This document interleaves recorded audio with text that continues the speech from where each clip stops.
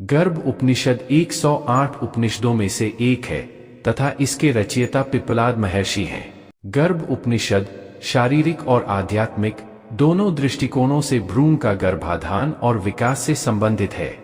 गर्भ उपनिषद का अंतिम उद्देश्य साधक में सांसारिक जीवन के प्रति वैराग्य उत्पन्न करके उसे मोक्ष की ओर ले जाना है। आज की इस वीडियो में गर्भ उपनिषद की पूर्ण जानकारी देने वाले हैं। नमस्कार दोस्तों, मैं हूं दिनेश। आपका स्वागत है क्वेश्चंस का खेल डेली में, जहां लेकर आता हूं ज्ञान विज्ञान से जुड़ी वीडियो। अगर आप हमारे चैनल पर नए हैं तो हमारे चैनल को सब्सक्राइब जरूर करें।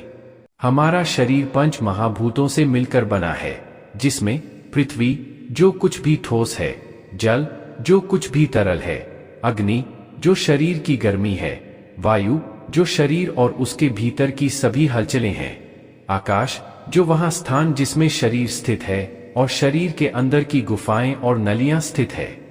हमारे शरीर में 5 ज्ञानेंद्रियां होते हैं, जिसमें आंखें देखने के लिए, कान सुनने के लिए, जीभ स्वाद जानने के लिए, नाक सूंघने के लिए तथा त्वचा स्पर्श महसूस करने के लिए काम आते हैं।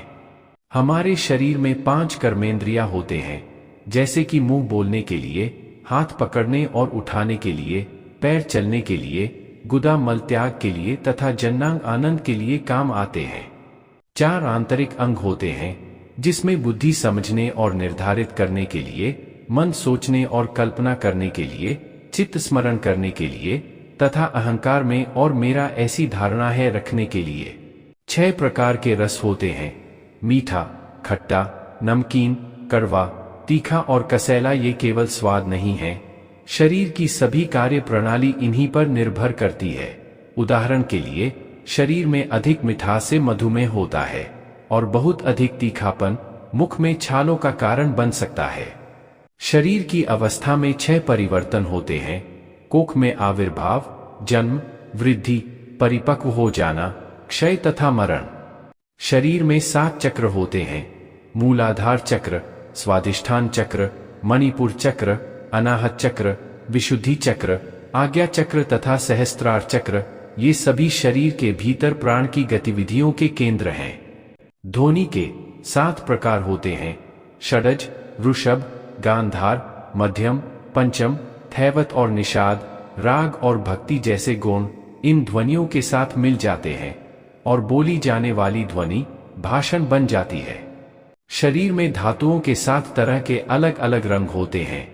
इन रंगों में रस का रंग सफेद, खून का रंग लाल, मांस का रंग कृष्ण, वसा का रंग धूम्र, हड्डी का रंग पीला, मज्जा का रंग भूरा और वीर्य का रंग पीला सा सफेद होता है। हमारे शरीर में धातु कैसे बनते हैं?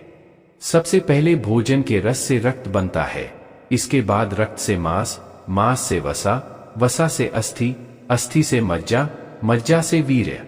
स्त्री पुरुष के मिलन के पश्चात नर मादा के प्रजनन पदार्थ मिलते हैं, जिसके बाद भ्रूण का निर्माण होता है, जो हृदय द्वारा नियंत्रित किया जाता है। गर्भ उपनिषद में गर्भधारण से लेकर जन्म तक सभी पड़ावों का वर्णन किया गया है।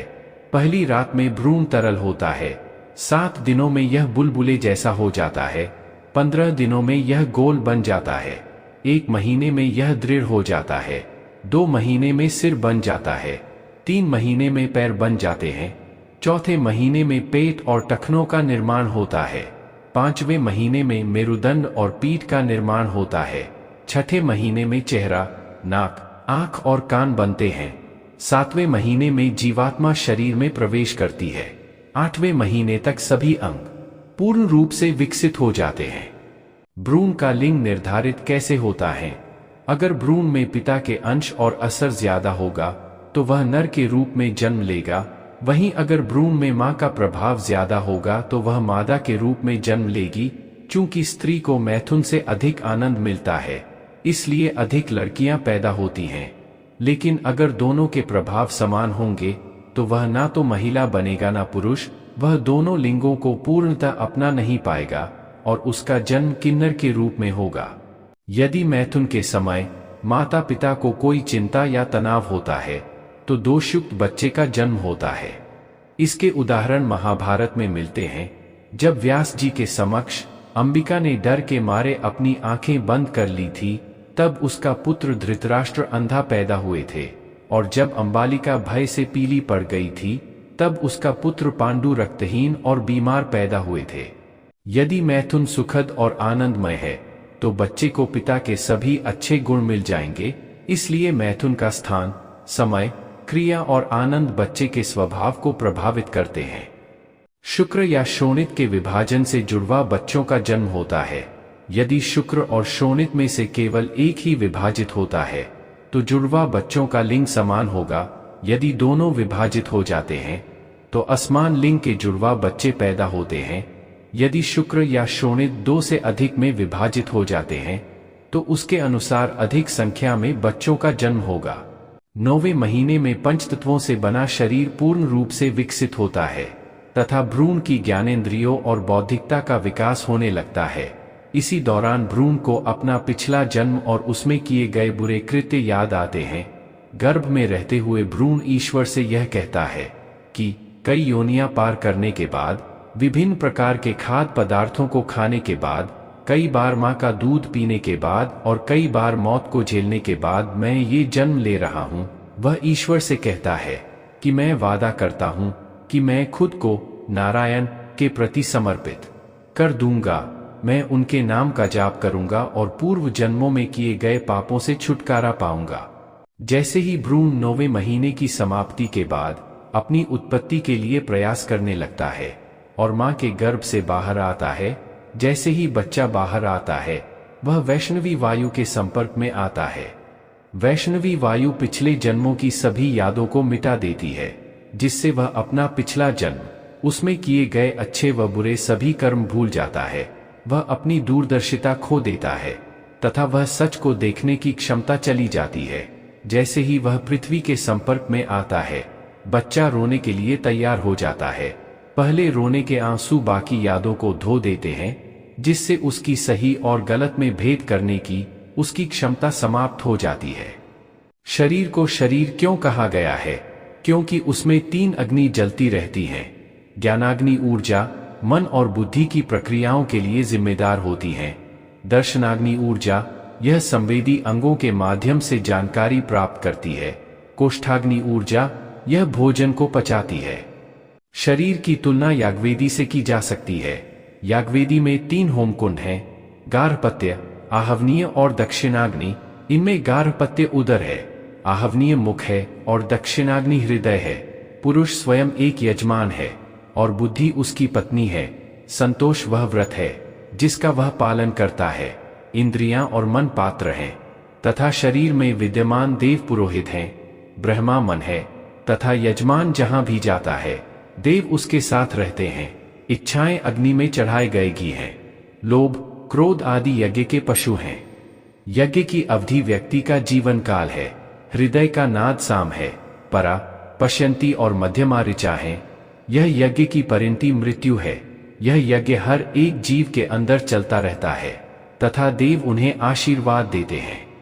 खोपड़ी 4 हड्डियों से बनी होती है तथा प्रत्येक पंक्ति में 16 दांत होते हैं। मानव शरीर में 5 प्रकार के मर्म आते हैं, जिसमें कुल मर्मों का संख्या 107 मानी गई है। मांस मर्म 11, स्नायु मर्म 27, अस्थि मर्म 8, संधि मर्म 20, शिरा मर्म 41। 72 नाड़ियां मर्म हैं। उनमें से 3 सबसे महत्वपूर्ण होती है, इरा, पिंगला और सुषुम्ना। भोजन रस, मूत्र और मल में परिवर्तित हो जाता है। वीर्य और शोणित का निर्माण भोजन से होता है।